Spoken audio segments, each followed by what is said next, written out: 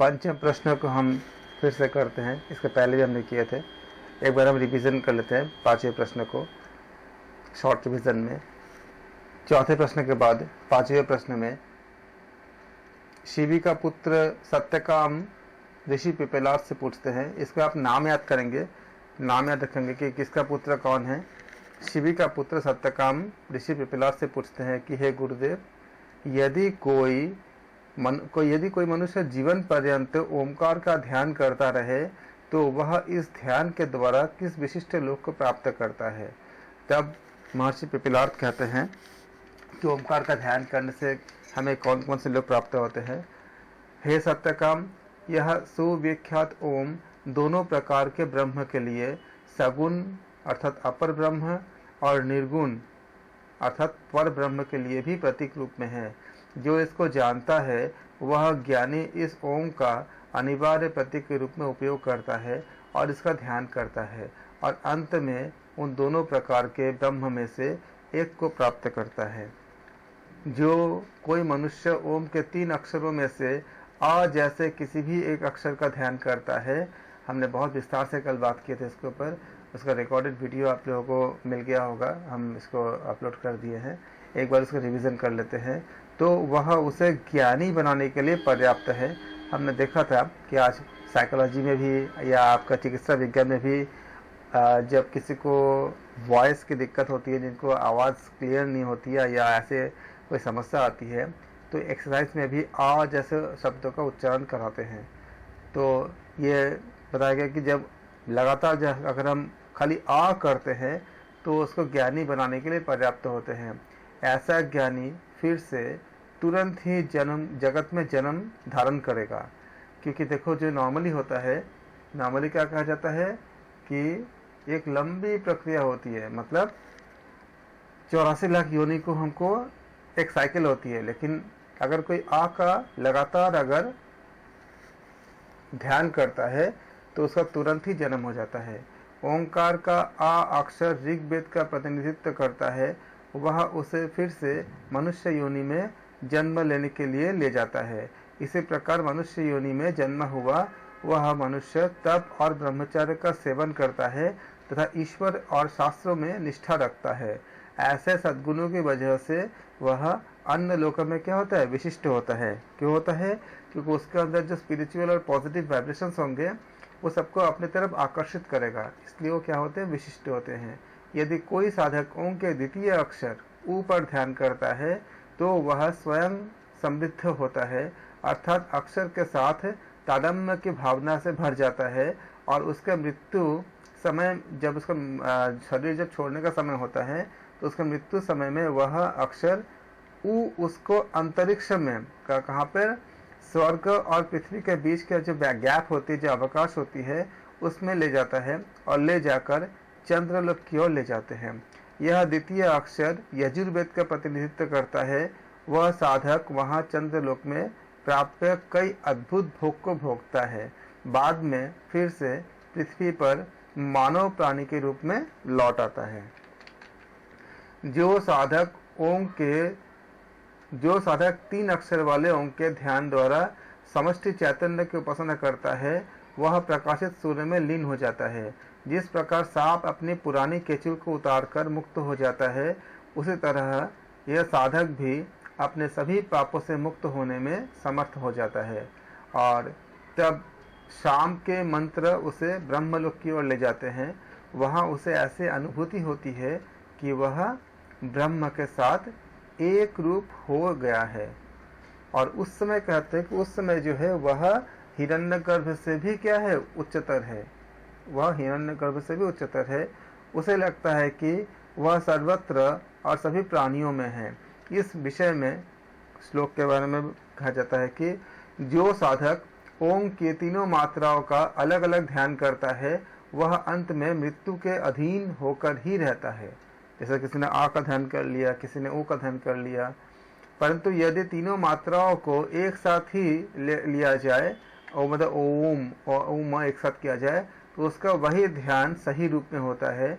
जागृत अवस्था, गाढ़ सुषुप्ति की अवस्था और उन दोनों के बीच की अवस्था अर्थात जो स्वप्नावस्था होती है, उनका प्रतिनिधित्व यानी उनका जो प्रतिनिधि जो अध्यक्ष देव तो एक ही होते हैं।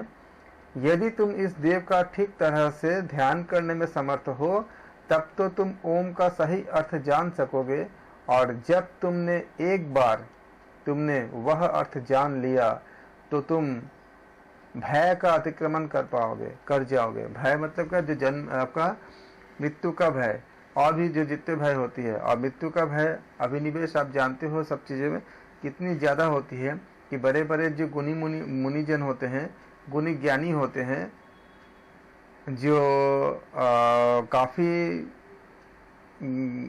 आपका नॉलेजेबल पर्सन भी होते हैं, उनको भी ये भय होता है, क्योंकि फिर से आने जाने का मृत्यु मतलब मृत्यु का भय इसलिए भी होता है क्योंकि सोल चाहता है कि अगर हम अगले जन्म में जाएंगे तो इस जन्म में हमने जितने भी अच्छे बुरे काम किए उसको फिर भोगना पड़ेगा, तो थोड़ा सा और जी लेते हैं, जी के थोड़ा अच्छा काम कर लेते हैं ताकि वो सारा काउंटर बैलेंस हो जाए। इसलिए हम मृत्यु हम नहीं चाहते हैं।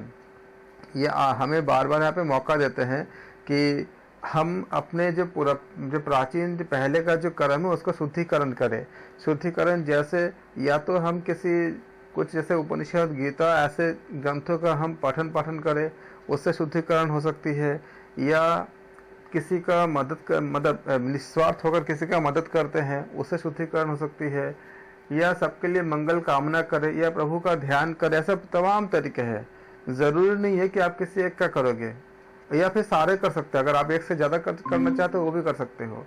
इस तरह से क्या हुआ, सोल ये चाहता है कि और थोड़ा सा अगर हम ज़्यादा समय तक जिंदा रहेंगे तो और थोड़ा सा प्यूरिफिकेशन हो जाएगा, क्योंकि जितना प्यूरिफिकेशन यहाँ हो जाएगा उतना आगे के लिए अच्छा है। इसलिए मृत्यु नहीं चाहता है, इसलिए मृत्यु का भय होता है।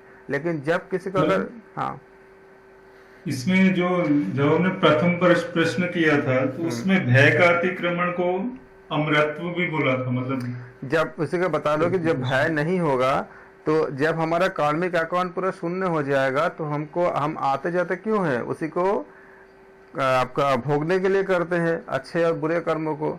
जब हमारा ओंकार में इसमें क्या बताया गया है कि तुम ओम का सही अर्थ जान पाओगे, और अर्थात उसमें हम क्या करते हैं, उसमें हम एक हो जाते हैं। जब एकत्र हो जाएंगे तो हमारे सारे कार्मिक अकाउंट शून्य हो जाएगा। अगर कार्मिक अकाउंट शून्य हो गया तो भोगने के लिए हमको आना नहीं पड़ेगा, और जब हमको आना ही नहीं पड़ेगा, हमारे पास कुछ कर्म फल ही नहीं रहेगा, तो उसका भय भी नहीं रहेगा। क्योंकि जब यहाँ से जाएंगे तो हम तो ऐसे किसी जगह जाएंगे ही नहीं जहाँ पे हमें कर्मों का कोई फल का कुछ हमें जैसे कहते हैं यमलोक पे जाते हैं तो हमें एक प्यूरिफिकेशन प्रोसेस होती है, उसमें हमें भोगना पड़ता है, वो सब हमें कुछ भोगना नहीं पड़ेंगे, और इसलिए हमें भय भी नहीं लगेगा। तो जब भय नहीं लगेगा, जब हम ओमकार में ब्रह्म में जब विलीन हो गए तो क्या होगा, हम इसी को बताया गया कि हमारा मृत्यु होगा नहीं, क्योंकि जन्म ही नहीं होगा। मृत्यु तो उसकी होती है ना जिसका जन्म होती है, तो जन्म ही जब नहीं होगा तो मृत्यु भी नहीं होगा। इसलिए कहते हैं वो अमरत्व हो जाते हैं, क्योंकि ओम वो ऊर्जा है, ब्रह्म वो ऊर्जा है जो न तो कभी नष्ट होता है, जो न उत्पन्न होते हैं, मतलब वो मृत्यु से ऊपर है, इसलिए कहते हैं वो अमर हो जाते हैं, जो उसी में पूरा मिक्स हो गए। जैसे मान लीजिए कि अगर आपने एक घड़ा पानी में अगर आपने एक गिलास पानी और डाल दिया, उसके बाद तो आप अपने एक गिलास पानी को ढूंढ पाओगे, कहाँ पर है, ढूंढ नहीं पाओगे। अब उस घड़े का पानी का जो भी परिणाम होगा, आपका उस एक गिलास पानी का भी वही परिणाम होगा। घड़े का पानी का पूरा फेंक दोगे तो अपने आप वो पानी भी फेंका जाएगा। घड़े का पानी को अगर आप बर्फ़ बना दोगे तो वो भी पूरा बर्फ़ बन जाएगा। घड़े के पानी में अगर आपने गुलाब जल डाल दोगे तो वो भी पूरा जो एक गिलास पानी था वो भी उसी को ऐसे ही बन जाएगा, आपको गुलाब जल से उसका पूरा आपको एक साथ हो जाएगा। इसीलिए जो ओम में जो होगा हमारे उस सोल का भी वही होगा, मतलब न तो जन्म होगा न मृत्यु होगा। इसलिए क्या होगा, वो अमरत्व हो जाएगा, अर्थात भय से भी अतिक्रमण हो जाएगा। इसका अर्थ यह है, यदि तुम ओम का ब्रह्म स्वरूप रूप में ब्रह्म के प्रतीक रूप में ध्यान करो तो ऋग्वेद के मंत्र तुम्हें मानवीय लोक यानी स्त्री पुरुष के लोक की प्राप्ति कराने में सहायक होंगे। मैं इसके बाद जो प्रश्न दूंगा आपको, उसमें आपको वो नहीं मिलेगा, ऑप्शन नहीं मिलेगा। मैं खाली प्रश्न दूंगा क्योंकि ऑप्शन देने से क्या होती है, आप लोग उसके एक रॉन्ग आंसर एलिमिनेशन वगैरह करके आप पहुंच जाते हो, लेकिन एग्ज़ाम में अगर ऑप्शन बदल गया तो उसमें आप फंस जाते हो। तो मैं खाली आपको क्वेश्चंस दूंगा और आप उस क्वेश्चन से क्या करोगे, आंसर निकालोगे। तो यदि तुम ब्रह्म का, इसमें क्या बताया गया है, यदि तुम ब्रह्म का ब्रह्म स्वरूप ब्रह्म के प्रतीक के रूप में ध्यान करो तो ऋग्वेद के मंत्र तुम्हें मानवीय लोक यानी स्त्री पुरुष की प्राप्ति करने में सहायक होंगे। तो प्रश्न क्या बन सकता है, अगर हम ओम के ब्रह्म स्वरूप के यानी ब्रह्म के प्रतीक का ध्यान करें तो ऋग्वेद का मंत्र हमें क्या ऋग्वेद का मंत्र हमें क्या प्राप्त करने में सहायक होते हैं। तो आप बोलोगे स्त्री और पुरुष के लोक को प्राप्त करने में सहायक होते हैं। अब मैं ये ऑप्शन नहीं दूंगा, आपको खाली क्वेश्चन दूंगा और आप ऑप्शन खुद बोलोगे। अगर आपको ये याद रहेगा तो वहाँ पे ऑप्शन कुछ भी बना देगा, आपको सही आंसर याद रहेगा तो आप कर लोगे। लेकिन अगर मैंने ऑप्शन दे दिया तो यहाँ तो कर लोगे लेकिन वहाँ पे एग्जाम में नहीं कर पाते हो। ये चीज़ों को मैंने बहुत अच्छे से समझा और देखा सब लोगों को। आपने भी देखा था लास्ट क्लास में जब हमने ऑप्शन नहीं दिया था तो आपको कितना दिक्कत हुई थी करने के लिए। इसी तरह से हम इसको तैयारी करेंगे कि बिना ऑप्शन के हम कर पाए, इसलिए हर चीज़ को आप याद रखोगे। यजुर्वेद के मंत्र चंद्रलोक की प्राप्ति करवाने में तुम्हारी सहायता करेंगे। सामवेद के मंत्र ब्रह्मलोक की प्राप्ति कराने में हमारी सहायक होंगे। उस ब्रह्मलोक को तो केवल ज्ञानी पुरुष ही प्राप्त कर सकते हैं और भी इस ओम के द्वारा ही हम शांति और निर्भयता को प्राप्त कर सकते हैं और उसी से तुम अपनी जीर्णता को दूर कर सकते हो, अर्थात उसी से हम अमरता को प्राप्त कर सकते हैं। इसको विश्व चैतन्य परमात्मा के साथ हम एक को स्थापित कर सकते हैं, अर्थात यहाँ उनके साथ हम अपने आप को मर्ज कर सकते हैं। इस तरह से प्रश्न उपनिषद में 5वां प्रश्न हमारा समाप्त होते हैं। अगर 5वां प्रश्न से संबंधित आप लोगों का कोई सवाल है, कोई क्वेश्चन है तो आप कर सकते हो। इसके बाद हम 6ठे में जाएंगे।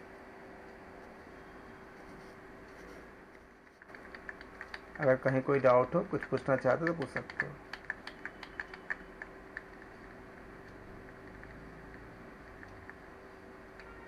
चलो, तो आपको 5वां प्रश्न अच्छे से क्लियर हो गया। हम करेंगे 6ठा प्रश्न, अतः 6ठा प्रश्न।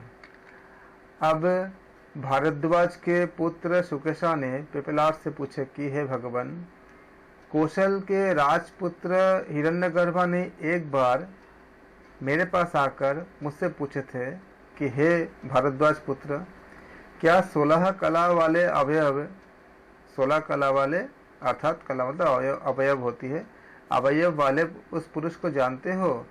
तब मैंने राजपुत्र से कहा था कि उसके विषय में मैं तो कुछ नहीं जानता। यदि जानता होता तो तुमसे भला क्यों नहीं कहता, और यदि मैं कुछ झूठा सा बोल भी दूं तब तो मेरा मूल सहित नाश ही हो जाएगा, इसलिए मैं झूठ तो बोल ही नहीं सकता। यह सुनकर राजपुत्र तो शांति से अपने रथ पर, उसने जब उनको आंसर नहीं मिला तो अपने रथ पर चढ़कर चला गए। तो ये प्रश्न उनके मन में लगातार था। तो सुकेशा ने पिपलाद से पूछे कि हे भगवान, अब हे महर्षि पिपलाद, अब मैं आपसे पूछता हूँ कि वह पुरुष कहाँ है, 16 कला वाले पुरुष कहाँ है। बहुत महत्वपूर्ण प्रश्न है। तब पिपलाद जी ने, महर्षि पिपलाद कहते हैं, हे सौम्य, वह 16 कला वाला पुरुष आत्मा यह शरीर में हृदय कमल के बीच में, अर्थात हृदय कमल के बीच के जो अवकाश में स्थित होते हैं, और प्राण आदि 16 कलाएं अर्थात जो अंश होते हैं, इस आत्मा में से फूट के, मतलब इस आत्मा से फूट निकलती है, मतलब उसे से प्रस्फुटित होती है, निकलती है, उसी से बाहर निकलती है। उस पुरुष ने, अंतस्थ आत्मा ने, पुरुष मतलब अंतस्थ आत्मा, उसने सोचा कि इस शरीर में कौन सा ऐसा कुछ तत्व चला जाता है जिससे कि जिसके जाने पर या जिससे मुझे ऐसा लग रहा है कि मानो मैं ही शरीर में से क्या हुआ, छोड़ के चला, जैसे हमने शरीर छोड़ के मैं चला जा रहा हूँ, वो कौन तत्व है। और इसी तरह से शरीर में ऐसा कौन है जिससे मुझे लगता है कि मैं ही वो शरीर हूँ। तो ऐसे किसके होने से, किसका ना होने से हम अपने आप को कहीं नहीं पाते, कुछ कर नहीं पाते, और किसके होने से हम कर पाते हैं। उस पुरुष ने अर्थात सर्व सद्गुण संपन्न सगुण ब्रह्म, उस पुरुष का मतलब कौन है, सगुण ब्रह्म के बारे में बताया जा रहा है। सगुण ब्रह्म ने प्राणात्मा रूप हिरण्यगर्भ का क्या किए थे, सृजन किए थे। इसके बाद उस हिरण्यगर्भ ने, यहाँ से शुरू होती है, उस पुरुष ने अर्थात सगुण ब्रह्म ने किसका सृजन किए थे, हिरण्यगर्भ का। इसलिए अभी हमने क्या देखा था, हिरण्यगर्भ से भी ऊपर के स्थान प्राप्त करते हैं जो ओम का ओम का जो साधना करते हैं। तो उस पुरुष ने सर्व सद्गुण संपन्न सगुण ब्रह्म ने प्राणात्मक रूप हिरण्यगर्भ का सृजन किया। इसके बाद वह हिरण्यगर्भ से श्रद्धा उत्पन्न हुई। श्रद्धा कहाँ से हुई, हमें हमारे जो श्रद्धा होती है, जब हम जिस श्रद्धा से हम प्रभु की पूजन करते हैं, वो श्रद्धा कहाँ से हुई, हिरण्यगर्भ से श्रद्धा की उत्पन्न हुई। बहुत महत्वपूर्ण, आप लोग लिखेंगे इसको, हिरण्यगर्भ से श्रद्धा उत्पन्न हुई। और श्रद्धा में से क्या हुआ, हाँ सर इसमें जो श्लोक में इन्होंने हिरण्यगर्भ में मतलब प्राण ही लिखा है वैसे। स प्राणम, देखो स प्राणम सृजत प्राण श्रद्धा, यह है ना, मतलब सबसे पहले प्राण हुआ, फिर प्राण से श्रद्धा। हाँ, तो प्राण क्या है आपका, बोलते हैं ना नारायण जो है आपका, जो हरि है वो क्या है, प्राण के स्वरूप ही तो है, जो सगुण ब्रह्म है ना। तो सगुण ब्रह्म में क्या क्या इसमें लिखा तो है, वो ऑप्शन में अगर प्राण आता है तो प्राण लेना है हमें। सबसे पहले पुरुष मतलब सर्वगुण संपन्न सगुण ब्रह्म ने प्राण रूप हिरण्यगर्भ का सृजन किया। तो प्राण और कौन है, प्राण और हिरण्यगर्भ देखिए, प्राण रूप प्राणात्मक रूप, मतलब प्राणात्मा रूप मतलब प्राण ही कौन है, हिरण्यगर्भ है। इसलिए भगवद गीता में क्या कहते हैं नारायण, कि मैं ही सब प्राणियों में उस चेतन तत्व को सृजन करता हूँ। तो हिरण्यगर्भ कौन है, विष्णु है, नारायण है। और इसी बात को भगवद गीता में कहा गया है कि भगवान नारायण ने ही सब में क्या करते हैं, प्राण का आपका सृजन करते हैं। और यहाँ पे क्या बताया गया है कि उस पुरुष ने मतलब सगुण ब्रह्म ने सबसे पहले क्या किए, उन्होंने हिरण्यगर्भ जो प्राण आत्मा रूप जो है उनका सृजन किया। उसके बाद उस हिरण्यगर्भ से श्रद्धा उत्पन्न हुई। और इसी बात को भगवद गीता में भी बताया गया है कि मैं मुझसे ही श्रद्धा उत्पन्न होकर प्राणियों को प्राप्त होती है। उसमें भी यही बात बताई गई है। यहाँ आज प्रश्न उपनिषद में क्या बताया गया है, उसके बाद हिरण्यगर्भ से श्रद्धा उत्पन्न हुई। और इसीलिए जब तक हमें प्रभु की कृपा नहीं होती है, हमारे अंदर श्रद्धा भी उत्पन्न नहीं होती है। तो श्रद्धा को उत्पन्न होना ये भी उनकी कृपा है। और इस बात को भगवद गीता में स्पष्ट बताया गया है कि मेरे द्वारा ही उत्पन्न होते हैं। तो इसी को देखो कितने सूक्ष्म रूप में यहाँ भी कहा गया है कि उस पुरुष ने अर्थात सर्व सद्गुण संपन्न सगुण ब्रह्म ने प्राण आत्मा रूप हिरण्यगर्भ का सृजन किया। इसके बाद हिरण्यगर्भ से क्या हुआ, श्रद्धा उत्पन्न हुई। और उस श्रद्धा में से क्या हुआ, अवकाश यानी स्पेस उत्पन्न हुआ। इसलिए आकाश क्या होती है, सत्वगुण होती है। श्रद्धा से हमें क्या मिलती है, हमें सात्विकता मिलती है। इसीलिए श्रद्धा में से क्या हुआ, आपका आकाश उत्पन्न हुए। अब देखो ये आकाश कहाँ से उत्पन्न हुई, हिरण्यगर्भ से श्रद्धा उत्पन्न हुई। और श्रद्धा से क्या हुआ, आकाश उत्पन्न हुआ। इस बात को आप लोग नोट करोगे, मैं इसी से प्रश्न रखूंगा इन सब से।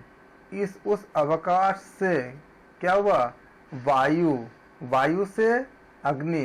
देखो पंच महाभूत कहाँ से आ रही है, अग्नि से क्या हुआ, जल। और जल से क्या हुआ, पृथ्वी।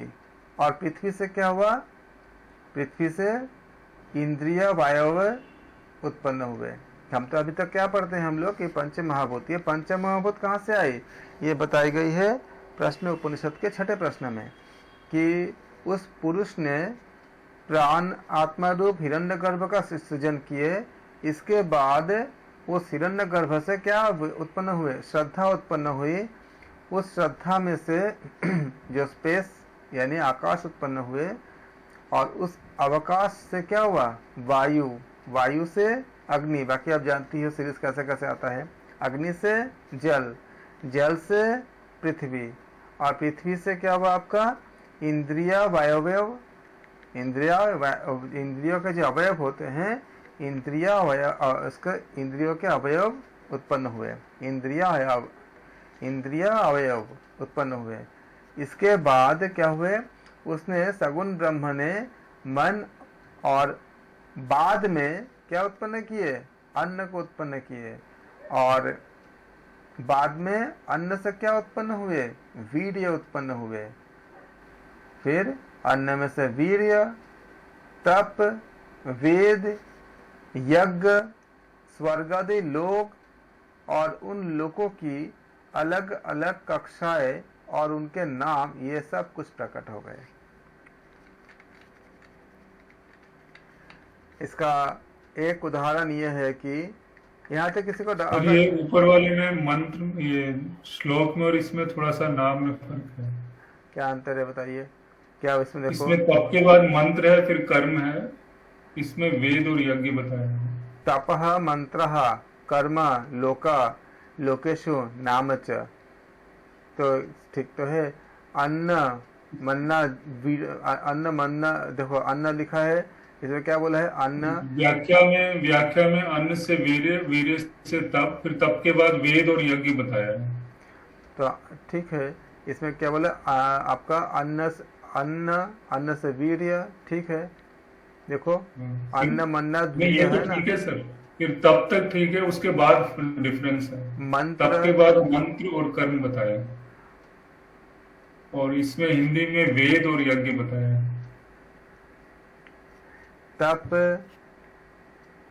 तप ठीक है, तप मंत्र, तपो मंत्र कर्म लोका लोकेशु नाम च, तप वेद यज्ञ स्वर्गादि लोक और उनका अलग अलग कक्षाएं, ये क्या है ना, ये आपका जो एक साथ मर्ज कर दिया कि ये मंत्र कहाँ मिलते हैं, मंत्र जो है वेद में मिलते हैं ना, तो ये मंत्र कहाँ से आए, मंत्र तो अकेला नहीं आया, मंत्र के जो आपको पूरा कलेक्शन कहाँ मिलते हैं, वेद से मिलते हैं, इसलिए वो तो प्रकट क्या हुआ, वेद ही प्रकट हुए ना, क्योंकि मंत्र कहाँ से मिलेंगे।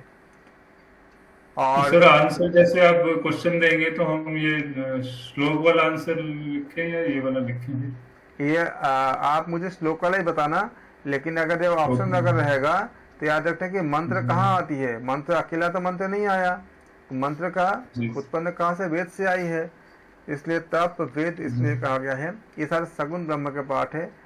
और उसके बाद आपका फिर जो कर्म आती है, कर्म करने के लिए क्या होती है, मन, और बाद में अन्न को उत्पन्न किया गया, और बाद में आपका यह आई, उसके बाद यज्ञ स्वर्गादि लोकेशु, लोक, इसी को लोकेशु क्या क्या, कर्म लोका लोकेशु, तो लोक मतलब क्या, जितना भी सर बाकी तो ठीक है, सिर्फ ये दो में डिफरेंस है। हाँ, इसमें आपका डिफरेंस कुछ नहीं है, इसमें खाली इन्होंने जो बताया था इसमें कि मंत्र, तपोह मंत्र, तो तप हुए, आप बोल रहे हो कि मंत्र के जगह पे वेद बताया गया है, तो मंत्र का कलेक्शन कहाँ पे है, ऋचा आपके जो सारे जो आपने देखा, आपने मंत्र के जो मंत्र जो होती है वो कहाँ पे आपका एक संकलित है, वो वेद में संकलित है ना, इसलिए बताया गया इसमें जी।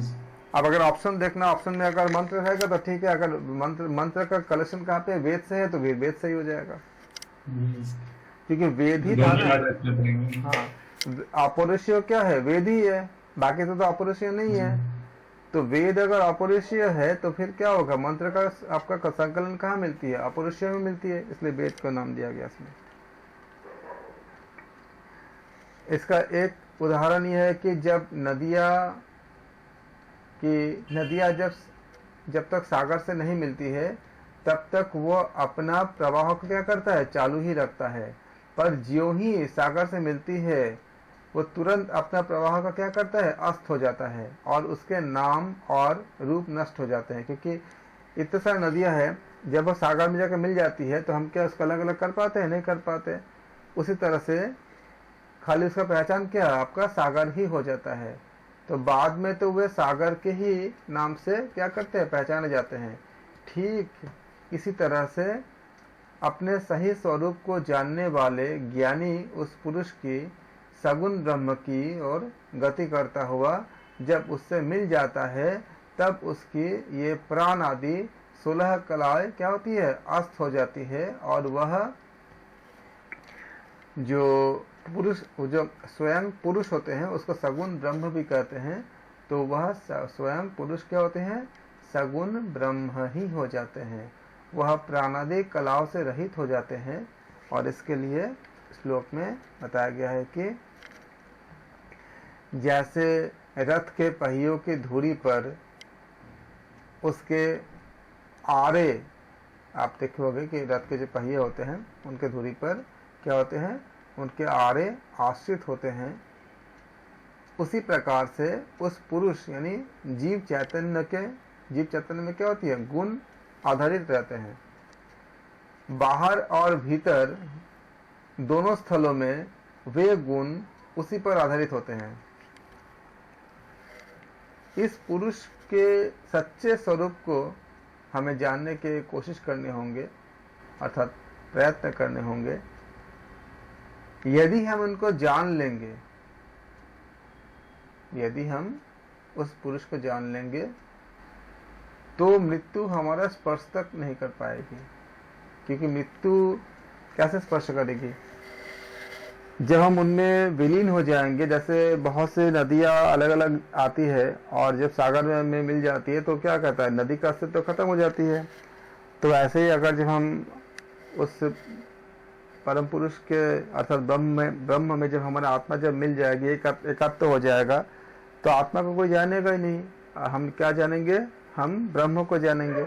और जब हम ब्रह्म को जानेंगे तो क्या होगा, ना तो उसकी मृत्यु होती है ना उसका जन्म होती है। तो क्या होगा, हमें जब उसका मृत्यु होती ही नहीं है तो हमारे सोल को मृत्यु स्पर्श कैसे करेगा, स्पर्श नहीं कर सकता।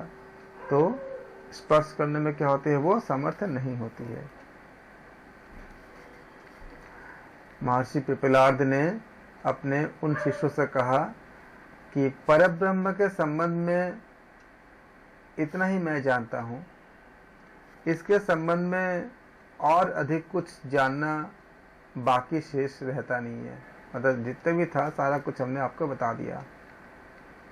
इसके बाद उन शिष्यों ने, जितने शिष्य आए थे, उन पिपलाद ऋषि की पूजा करते हुए कहते हैं कि आप तो हमारे पिता है, या आप तो हमारे पिता के समान ही ये पिता है, जिन्होंने अविद्या के उस पार तक पहुंचा दिया है। परम ऋषि के, हे परम ऋषि, ऐसे आपको हमारा नमस्कार हो, आपको मेरा नमस्कार हो। इस प्रकार प्रश्न उपनिषद में छठा प्रश्न समाप्त होते हैं और संपूर्ण जो प्रश्न उपनिषद है ये पूरा ग्रंथ समाप्त होते हैं। शांति पाठ के साथ ये ग्रंथ समाप्त हो जाती है। अगर आपका कोई भी किसी भी जगह पे कोई अगर कुछ डिस्कस करना चाहते कर सकते हो। प्रश्न उपनिषद आज समाप्त हो गई। इसके बाद हम नया उपनिषद करेंगे, मुंडका उपनिषद। आप बताओ इसमें कोई किसी को डाउट है? कुछ किसी को नहीं होगा। ऐसे हमने इसको पहले अच्छे से कर दिया था। जो महत्वपूर्ण बिंदु इसमें आता है वो आते हैं आपके जो ओमकार के कौन से वेद को, कौन सा आपका जो किस में हम ध्यान करते हैं, किस अक्षर में कौन से वेद को प्रतिनिधित्व करती है, ये सारा चीज़ें। जैसे अगर आप ओंकार के द्वितीय अक्षर ऊ पर ध्यान करते हैं तो क्या होता है, उससे समृद्ध होते हैं, अर्थात अक्षर के साथ क्या तादात्म्य की भावना से भर जाता है और उसके मृत्यु के समय में वो अक्षर जो है कहाँ लेके जाती है, चंद्रलोक में चंद्रलोक लेकर जाती है। ये आपका एग्ज़ाम के प्रश्न बन गए, तो कहाँ लेके जाती है? तो ये आपका अंदर, क्योंकि आप जब इसको बहुत अच्छे से अध्ययन करोगे तभी आप इतने अंदर का मतलब गहरे चीज़ को, डेप्थ को बता पाओगे। इसलिए आपको सारा चीज़ों को याद रखनी है। और इस तरह से हमारे प्रश्न उपनिषद के सारे प्रश्न एक साथ, हमारे जो 6 प्रश्न थे इस वीडियो के इस पार्ट में हमने इसका समाप्त किया।